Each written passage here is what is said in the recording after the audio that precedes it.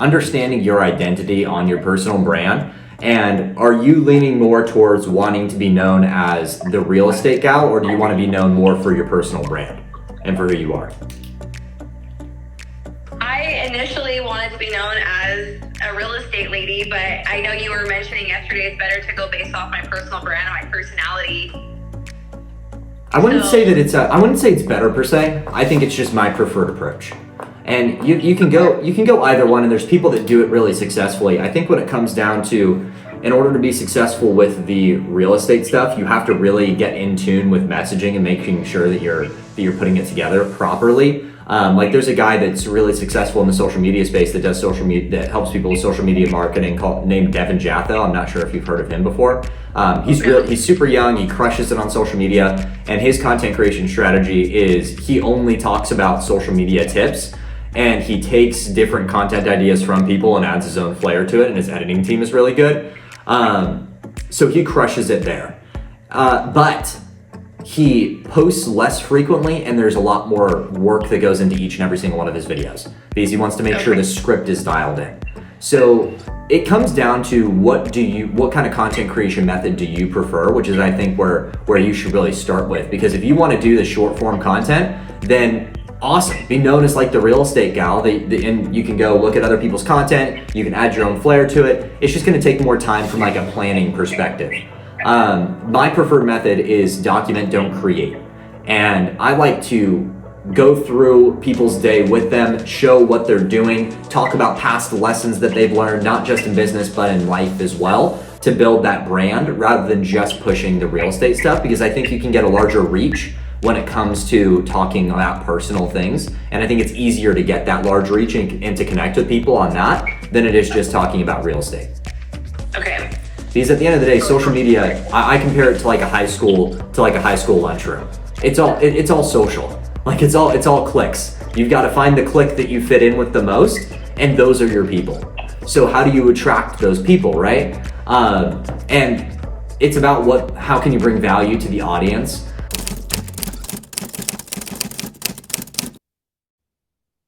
So when it comes to the document, don't create method, there's a few ways that you can do that through. And there's like vlog style content, there's live stream content, there's podcast content. And then if you wanted to go more of like just the real estate realm of things and be successful with that, then you could do like the short form scripted video content and some of the trending stuff.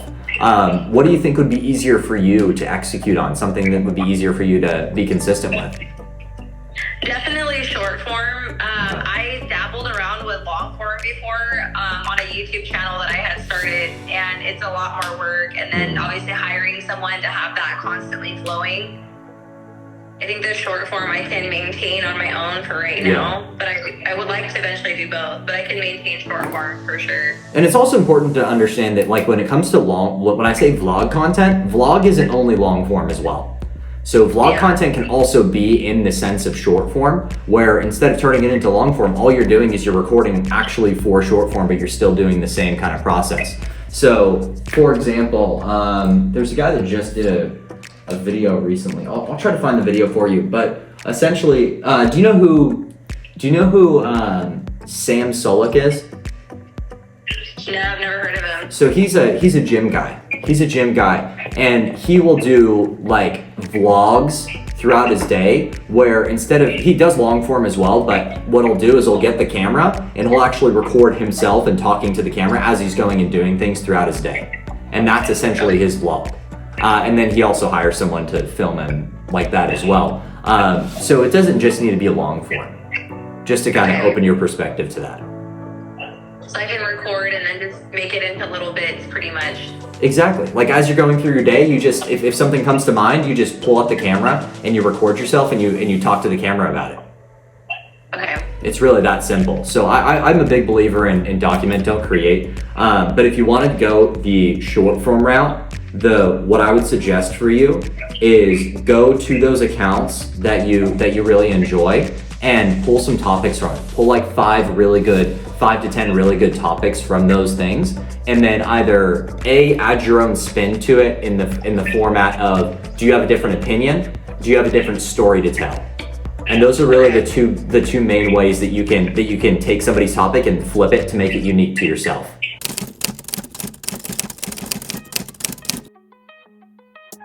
So that's, from a short form perspective, that's probably what I would do for you. Take a topic and then tell your own story. Tell personal stories, and client stories are really good if you do that.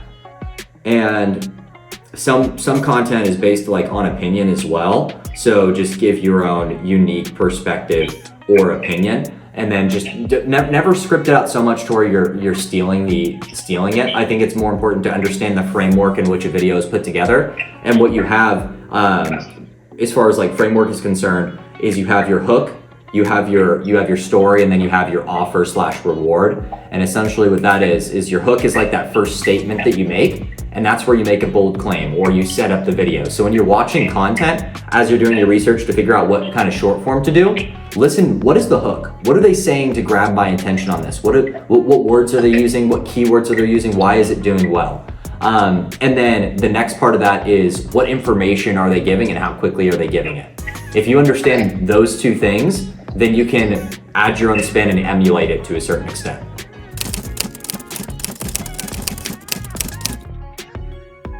Have you ever done an Instagram Live or anything like that? Yes. Okay, I would be doing those very, very consistently as well. Okay. I'd be doing those very consistently. And if you have multiple phones, I like to set one phone up and record myself as I'm going through the Instagram Live, and you can get content from that as well. Okay. So the Instagram Lives, do you think there's anything that I can like, maybe like not, I don't want to like oversaturate myself on like one particular thing. Like, should I be posting so many times a week, Instagram Live so many times a week, or just kind of go with the flow and see like what's working better with the audience that I have? You know, there's a fine balance that needs to be had of doing things that you enjoy versus doing things that the audience wants to see. You've got to figure out the mix that you want. You should always be trying to get creative and testing new things, but give the audience what they want as well to get those results. So find what split you want. Maybe 60% is for the audience, 40% is things that you just genuinely enjoy creating. And generally the things that you enjoy creating, it'll be easier to do. Okay. So kind of just test that out. If you love Instagram Lives and you just love doing them and you figure that out, then just crush it with them. People are really successful with it. Do an Instagram Live every day if you want to. I mean, people love that. And if that's what you really enjoy doing, that's fun for you, and people are enjoying it, then you just kind of hit the trifecta. Okay.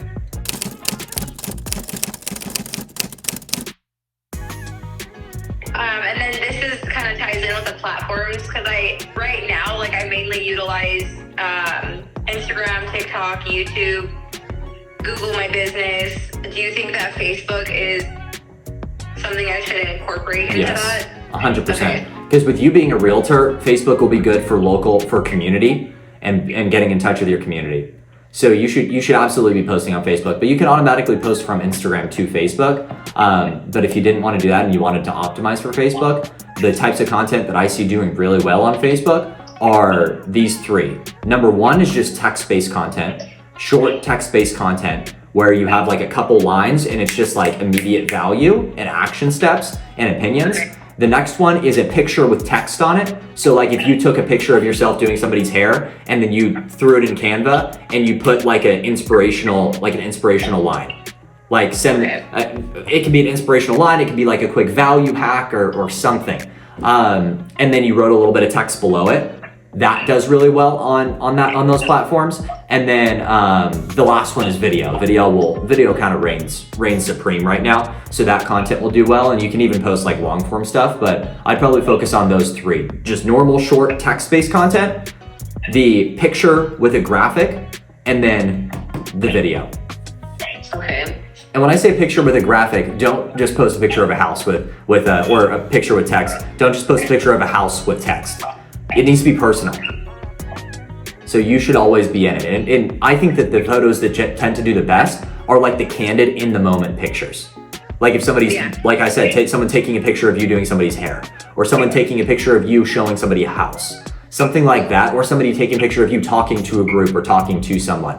Those pieces of content seem to do very well.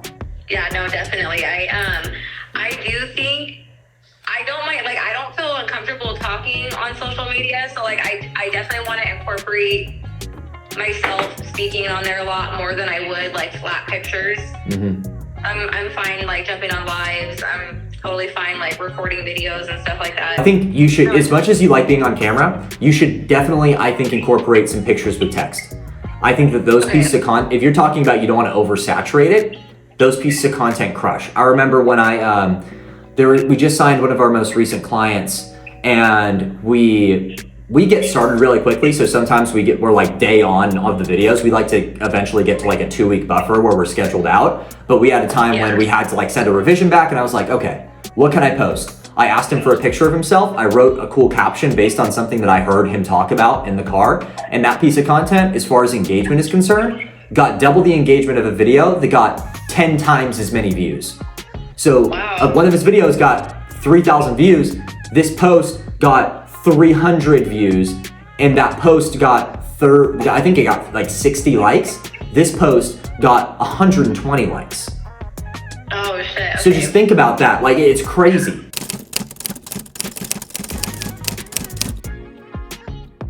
I think the key to being successful on social media is to be somewhat introspective and to start just to think a little bit deeper and just start getting the thoughts from in here, out here. Just start talking about things. Start talking about what you think up in the head. So like if you have a social situation and you come up with something where it's like you tell yourself something to get past a difficult social situation, post that shit. You got people coming in and out of your hair salon all the time. Like, you're working with clients. Guaranteed that they probably spill their problems to you and you give them some advice. Yeah. If there's a piece of gold, an absolute piece of gold that you drop for one of them, get a picture, a candid picture, and give that advice in the caption. And if you can, to go even a level deeper, because I said the picture with text on it, see if you can shorten it to like one line that's really inspirational, and throw that text on there, and then put the caption as well. Like, that content will get you some of the most engagement possible. Okay. I'm gonna write these down. And that, I agree with you, because that's stuff that like captivates me on the other end as like a consumer. Yeah.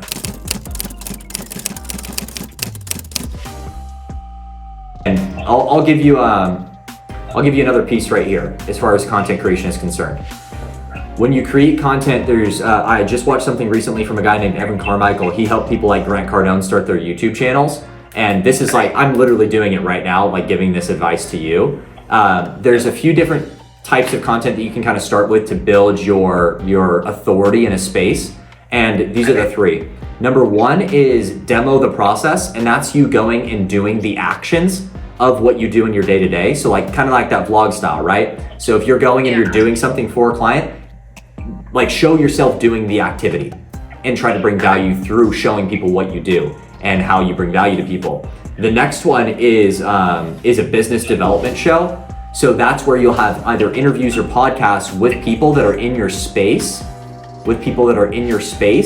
that you can have conversations with. And that's for content, but it's also for like business development purposes, getting connected with people that you think can send you referrals or be future clients of yours. So for you as a realtor, and you wanting to get into the investing space, you might have a business development show where you talk to other investors, wholesalers, could be lenders, it could be attorneys, whoever you think some of your top referral partners are.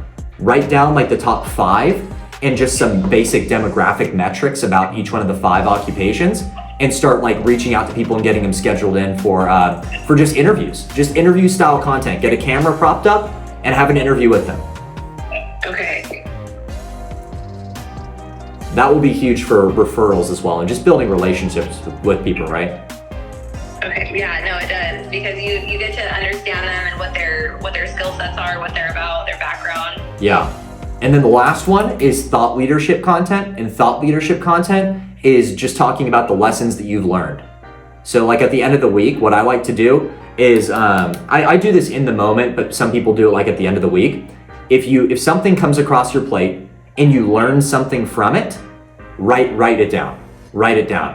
When it comes to like the demo of the process, which was the first one that I told you about, another way that you could do that is when you have like client consultations or client calls, record it. Like I'm recording this right now. I have my camera set up right there. And then I'm recording this, so then I can go splice it and create content from it. Okay. So I like that. That's smart. yeah, record your calls. Don't use like obviously private information and all that, but when you drop certain pieces of gold nugget or certain gold nuggets, go splice it, post that as content. It's perfect.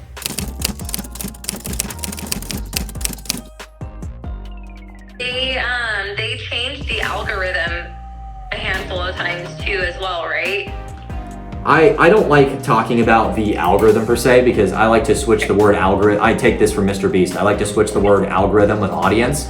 I don't think it's that they switch the algorithm per se. I just think the audience likes to see different types of content. I think people always just have to be pivoting. Like if you try to maximize for the algorithm, then you're always going to be behind the 8 ball. Like your job is to get in front of your audience and figure out what they want to see and figure out what you love creating. And if you do that, the algorithm doesn't matter. The only thing that does matter is you have more competition. It's easier to get views if there's only 1 million creators than there is 3 million creators. There's more people creating. So right now we're in that space where more and more people are starting to create content, which means that there's more options for people. So with that comes a more competitive environment, which means that you just need to be really good, and you need to focus on your time and attention on how do I become a great storyteller? How do I articulate this point very clearly? How do I create better for my audience? Okay. So TikTok is good, Instagram's good, YouTube is my favorite one right now, I will say though. Yeah, I'm a YouTuber. I love YouTube. Yeah, especially with shorts. You can get a lot of views on shorts if you focus some time and attention there. But Instagram's good from like a generating leads and having conversation standpoint. So if I was going to tell you any 2 platforms, I'd probably say Instagram and YouTube would be great for you.